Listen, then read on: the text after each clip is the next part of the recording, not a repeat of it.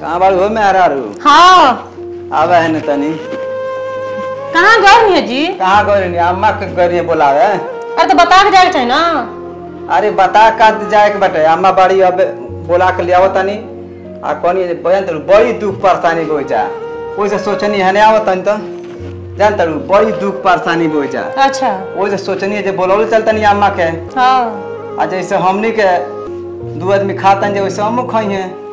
ए जा अम्मा धमा के जगह नहीं बा ठीक बा। अरे जगह बायो कोठरी ओइ में दिया जे जनलू एको जगह नहीं बा। हम तो खुद अपन कपड़ा ना धो पाती अपन बना के नहीं खा पाती तो अम्मा कहां से खियाए हम कपड़ा तो धोए। कोठरिया दिया जे जनलू हमरा बस के बाहर है बाहर बाटे चलो ओइ में दिया जाई का करबू ठीक न दिया जे बताइए जब अपने खुद जगह नहीं बाटे खले पे सोचे के पड़ता हमसे खुद नहीं के पार लगता अम्मा कहां से हम कह पाए वो समझ नहीं बा। ओइ में दिया जाई अम्मू के खई है हमरा बस के नहीं बात बाटे कोशिश कइल जाला समझत रहो। रउआ जाने और काम जानी हमरा बस के बाहर बाटे हम घंटा के बना के माने कम से कम हमरा मन के नहीं खे ना मनबू ना।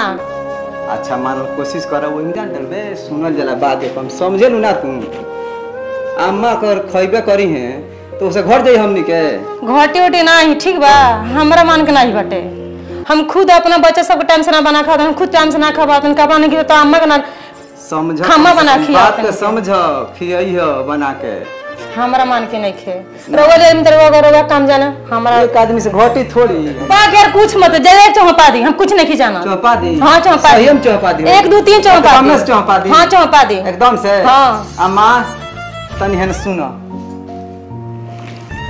अरे देखबू के है नमस्ते अम्मा कौन के हेलो हो बैठा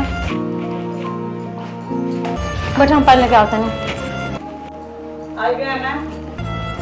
हाँ अम्मा बोला पानी ना पियो जब पानी ले आए ना मैं पानी पिए काहे हो तो सारी बात तो सुन ला बनी हम दुआरिये पर से ठीक बा हम तारा घर का पानी नहीं पिए हम अपना घर जाता नहीं। अरे अम्मा हम कहीं को अपना अम्मा को होता नहीं ते अपना माँ तारी के तरह को समझे तो कि जब मन हम अपना अम्मा के बोलौनी हां हां अब तो कितना खुश लागत है तू अम्मा जन हमसे गलती हो गई तन हो गई रो माफ कर दिया अम्मा नहीं हम नहीं हम के क्यों अपना अम्मा को होता नहीं वैसे हम मतलब ना समझ लियो कि अपने अम्मा के बाबू को होता नहीं हां बतावा हमरा के बोला के ले नहीं तारा महतारी के तू हर महतारी के समझ के धक्का मारत रहलू एगो हमरा खातिर वो घर तू ना एक और खाना बना के ना खिया सकत। अरे अम्मा हमके माफ कर दे ऐसे कि हम जने को अपना अम्मा को हम तारा घर एक सेकंड नहीं रह सके नहीं ऐसन बेटी कठोर हम नहीं दुनिया तक वाली है हम